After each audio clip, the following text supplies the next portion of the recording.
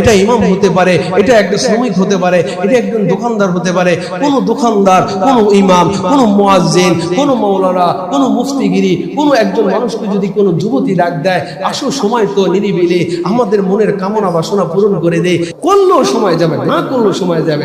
কিন্তু করার পরে যদি মওত হয়ে যায় কি করবেন আপনি? করার পরে যদি তওবার সুযোগ না পান কি করবেন আপনি? করার পরে যদি গোসল করে আল্লাহর কাছে সিজদা দিয়ে কান্নাকাটির সময় না কি করবেন আপনি? কিন্তু করলেও সময় যায়, না করলেও সময় যায়। ইবাদত করলেও সময় যায়, না করলেও সময় যায়। ইবাদত যদি নাও করি, গুনাহ যদি না করি, তাহলে দেখা গেছে এই সময়টা আল্লাহ তাআলা মাফ করে দিবেন। কিন্তু গুনাহ করলে, তওবা করার সুযোগ না পেলে কে আপনাকে মাফ করবে? কথা বলেন ঠিক কিনা? আর রাজুলুন কলবুহু মুআল্লিকুন ফিল মাসাজিদ, যেই মানুষের অন্তরটা মসজিদের দিকে লাগা থাকে, মসজিদে একবার আযান হইছে আবার আসরের জন্য অপেক্ষা করে, আযান হয় না কিনা বাড়িতে ভালো লাগে না, আযান মসজিদে একটু নামাজ পড়বো। বুড়ো হোক, যুবক হোক, বৃদ্ধ হোক, শিশু